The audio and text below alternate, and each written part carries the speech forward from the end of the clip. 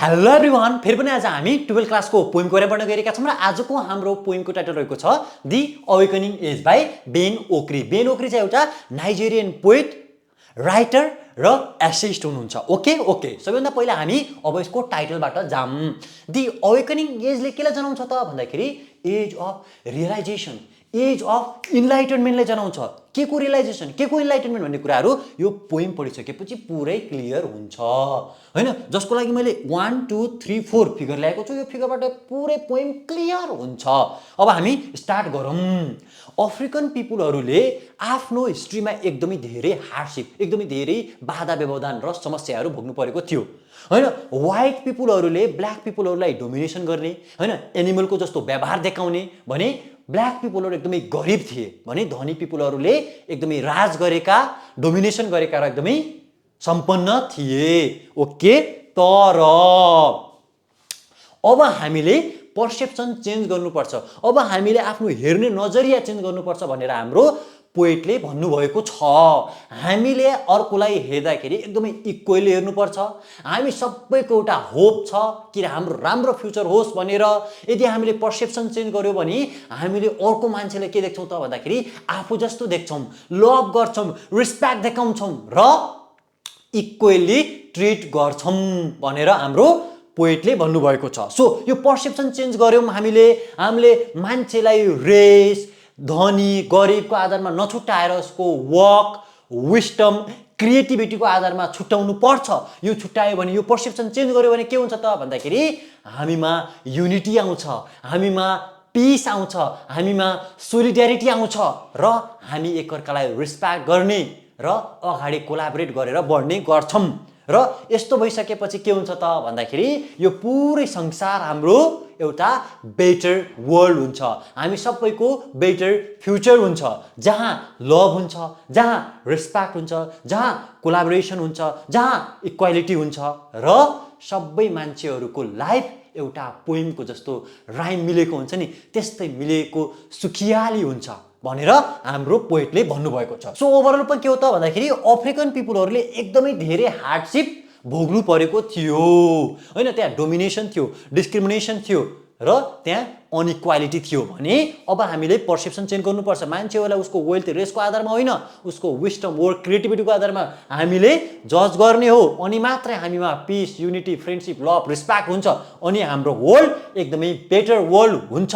हामीमा unity, piece र solidarity हुनुपर्छ सबै वर्ल्डमा, व्हाइटमा मात्रै, ब्ल्याकमा मात्रै होइन, पुरै वर्ल्डमा हुनुपर्छ भन्ने कुरा हाम्रो बेन ओक्राले यो पोइमबाट मजासँग भन्नुभएको छ। ओके अब चाहिँ हामी क्वेसन एन्सरको बारेमा डिस्कसन गरौँ। हाम्रो ए नम्बरमा के सोधेको छ त भन्दाखेरि who are the people who travel the meridian line. Meridian line भनेको के हो त भन्दाखेरि मानौँ एउटा अर्थ हो। अर्थमा नर्थ पोलदेखि साउथ पोलसम्म टक्क टक्क टक्क इमेजिनरी लाइनहरू क्रिएट गरिएको हुन्छ हो। त्यो लाइन जसले नर्थदेखि साउथसम्म जोड्छ त्यसलाई चाहिँ मेरिडियन लाइन भनिन्छ। अब यो क्वेसनमा के सोधेको छ त भन्दाखेरि ती पिपुलहरू को हुन् जसले चाहिँ त्यो मेरिडियन लाइन के गरे त ट्राभल गरे भन्दाखेरि नाइजेरियन पिपुल हुन्। किन भन्दाखेरि सिभिल वारको कारण नाइजेरियन पिपुललाई दुईवटा ग्रुपमा बाँडिएको थियो, एउटा साउथ एउटा नर्थ। साउथमा बस्नेलाई चाहिँ ब्ल्याक पिपुलहरू भनिन्थ्यो भने नर्थमा बस्नेलाई व्हाइट पिपुलहरू भनिन्थ्यो हो। यसरी साउथ र नर्थको कनेक्सन मेरिडियन लाइनसँग छ। सो अफ्रिकन पिपुलहरूले अथवा नाइजेरियन पिपुलहरूले चाहिँ त्यो ट्राभल गरेका हुन्। क्लियर। अब हाम्रो बी नम्बरमा के छ त भन्दाखेरि what does the poet mean by a new world. New world, नयाँ संसार भनेको के हो त पोएटको आधारमा भनेपछि मैले भनिसकेको छु, जहाँ हाम्रो पर्सेप्सन चेन्ज हुन्छ, जहाँ हामीमा हार्मोनी हुन्छ, लभ हुन्छ, रेस्पेक्ट हुन्छ, नलेज हुन्छ, क्रिएटिभिटी हुन्छ, विस्डम हुन्छ, होप हुन्छ। Okay Seema, how are people connected to each other. कसरी कनेक्ट हुन्छन् इच अदरमा भन्दाखेरि दुईवटा कुराबाट। एउटा होप, मान्छेहरूको होप फ्युचरमा राम्रो गरौँला भनेपछि कनेक्ट हुन्छन् भने। अर्को हिस्ट्री एउटै छ भने मान्छेहरू के हुन्छन्, कनेक्ट हुन्छन्। क्लियर। डीमा के सोधेको छ त भन्दाखेरि what can we gain after our perceptions are change. हाम्रो पर्सेप्सन चेन्ज भइसकेपछि के गेन गर्न सक्छौँ मैले भनिसकेको छु। के भन्दाखेरि त्यहाँ चाहिँ के हुन्छ त भन्दाखेरि हार्मोनी हुन्छ, इन्टिग्रिटी हुन्छ, सोलिड्यारिटी हुन्छ, लभ हुन्छ, रेस्पेक्ट हुन्छ र ह्युम्यानिटी हुन्छ। त्यही कुरा छ यहाँ। क्लियर? क्लियर। यीमा के छ त भन्दाखेरि how are we benefited by new people. नयाँ मान्छेहरूबाट हामी कसरी फाइदा लाग्न सक्छौँ भन्दाखेरि नयाँ मान्छेहरूले आफूसँग के ल्याएर आउँछन्? नयाँ सोच, नयाँ विचार, नयाँ वर्क, नयाँ क्रिएटिभिटी, नयाँ विस्डम त्यही ल्याएर आउँछन्, जसले गर्दा के हुन्छ त भन्दाखेरि contributing to a more holistic and diverse human experience. Clear? Clear. अब हाम्रो याक नम्बरमा के छ त भन्दाखेरि describe rhyme scheme of this sonnet. यो सोनेटको राइम स्किम कस्तो छ रे? सबैभन्दा बुझौँ। यसमा पहिला 7 कप्लेट्सहरु छन्। यसमा कप्लेट्स भनेको के हो त भन्दाखेरि दुईवटा लाइन हुन्छन् एउटा कप्लेट्समा।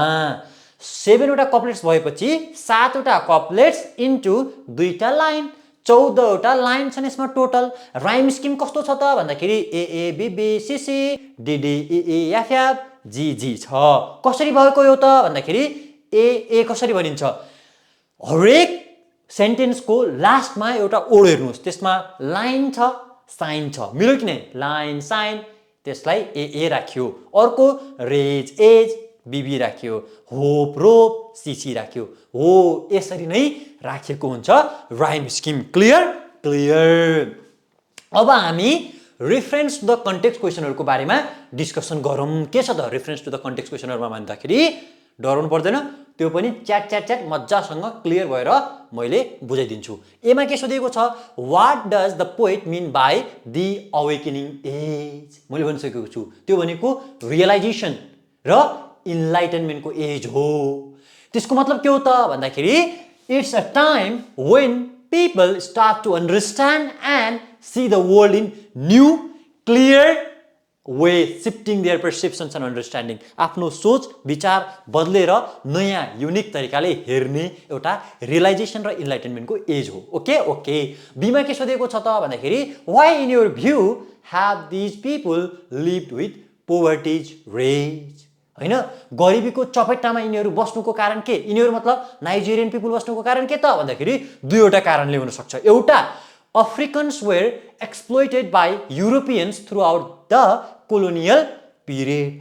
कोलोनियल पिरियड भरिमा के त युरोपियन पिपलले थिचोमिचो गरेर राखेका थिए अफ्रिकन पिपलहरूलाई। अर्को, the civil war was resulted into a few strong people gaining control of authority. लामो एउटा सिभिल वार भएको थियो व्हाइट र ब्ल्याक बिचमा, जसको कारणले केही धनी मान्छेहरू केही स्ट्रङ मान्छेहरूले मात्र के पाए? कन्ट्रोल पाए। त्यसको कारणले रिसोर्सेसहरूको कमी, रिसोर्सेसहरू पाइएन, अपर्च्युनिटिज पनि कमी र इकोनोमिक हार्डशिप भोग्नु पर्यो। कसले? नाइजेरियन अथवा अफ्रिकन पिपलहरूले।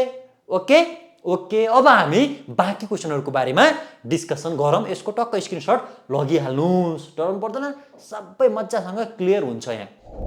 ओके, अब चाहिँ हामी बाँकी क्वेसनहरूको बारेमा डिस्कसन गरौँ। सी नम्बरमा के सोधेको छ त भन्दाखेरि why does the poet appeal for solidarity among people? किन त भन्दाखेरि the poet appeal for solidarity among people because he believes that unity and togetherness can lead to a better world. सँगै आयो, युनिटी भयो भने के हुन्छ त भन्दाखेरि एउटा राम्रो संसारको परिकल्पना गर्न सकिन्छ।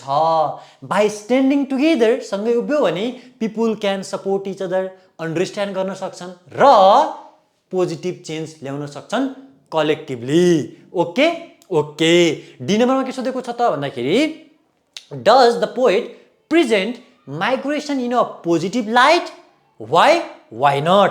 के पोएटले माइग्रेसन हुन्छ नि जुन एक देशबाट अर्को देश जाने कुरा, त्यसलाई पोजिटिभली सपोर्ट गरेका छन् कि छैनन्? प्रुभ गर।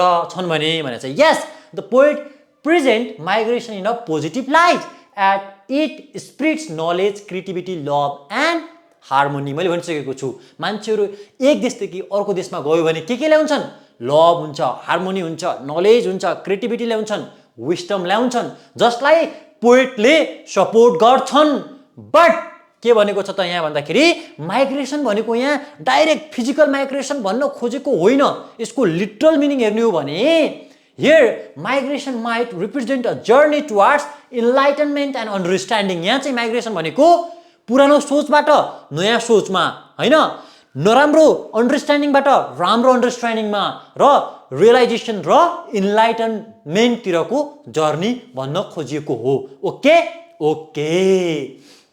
अब चाहिँ यी नम्बरमा के सोधेको छ त भन्दाखेरि Nepal is also known for its economic as well as educational migrant. थाहै छ, पैसा कमाउन पनि पढ्न पनि मान्छेहरू विदेशतिर जान्छन्। अस्ति कोरियाको घटना त थाहै छ, मान्छेहरूले गोली खाएर मर्नु पर्यो है, यस्तो छ व्यथिति। अनि के त्यहाँ गइसकेपछि मान्छेहरूले फर्केर आइसकेपछि नयाँ सोच ल्याएर आउँछन् कि चेन्जेस ल्याएर आउँछन् त भनेर सोधेको छ। मान्छेहरू त एक त आउँदै आउँदैनन्, होइन, अब त्यो लेख्नु त मिलेन।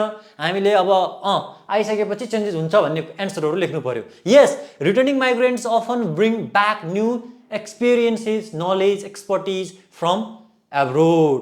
चेन्जेस के हुन्छ त भन्दाखेरि तिनीहरूको ब्रोडर पर्सपेक्टिभ हुन्छ, हैन हैन, दे हेभ अ डिसिप्लिन हुन्छ, वर्क इथिक्स हुन्छ, एन्टरप्रेन्योरल स्पिरिट हुन्छ। यो कुराहरू टक्क लेखिदिने। Okay okay. अब याफ नम्बरमा के छ त भन्दाखेरि relate the rhyme schemes of this unit to the kind of life idealise by the poet. पोएटले एउटा संसार परिकल्पना गरेको थियो। मैले जुन समरीको लास्टमा पिक्चर बनाएको छु, हैन, र त्यो र पोएमको राइम स्किम रिलेट गर्नुस् रे भनेको छ। पोएमको राइम स्किम के थियो त? A B B C C D D E F F G G थियो, जहाँ line, sign, age, village, hope, rope, height, light, gain, pain, poverty, creativity, rhyme, time यस्तो टक्क मिलेको छ, जसको मिनिङ के हो त? हार्मोनियस छ, कनेक्टेड छन्, लिरिकल छ, सोनोरस छ। यो राइम स्किम्सहरू हो। यस्तै फेरि पोएटको पनि आइडियलाइज लाइफ पनि यस्तै छ कि त हार्मोनी हुनुपर्छ, रेस्पेक्ट हुनुपर्छ, इन्टरकनेक्टेडनेस हुनुपर्छ, लिरिकल हुनुपर्छ, युनिटी हुनुपर्छ, सोलिडेरिटी हुनुपर्छ, जुन टक्क मिल्छ। Okay okay. यसको पनि टक्क स्क्रिनसट लाग्ने, मजासँग पढ्नुपर्छ। हेर, पढ्यो भने अब धेरै कुरा त केही हुँदैन, तर अरूको भन्दा डिफरेन्स भइन्छ। Okay, this much for today. Hope you guys understand. See you in the next video. Take care, bye by.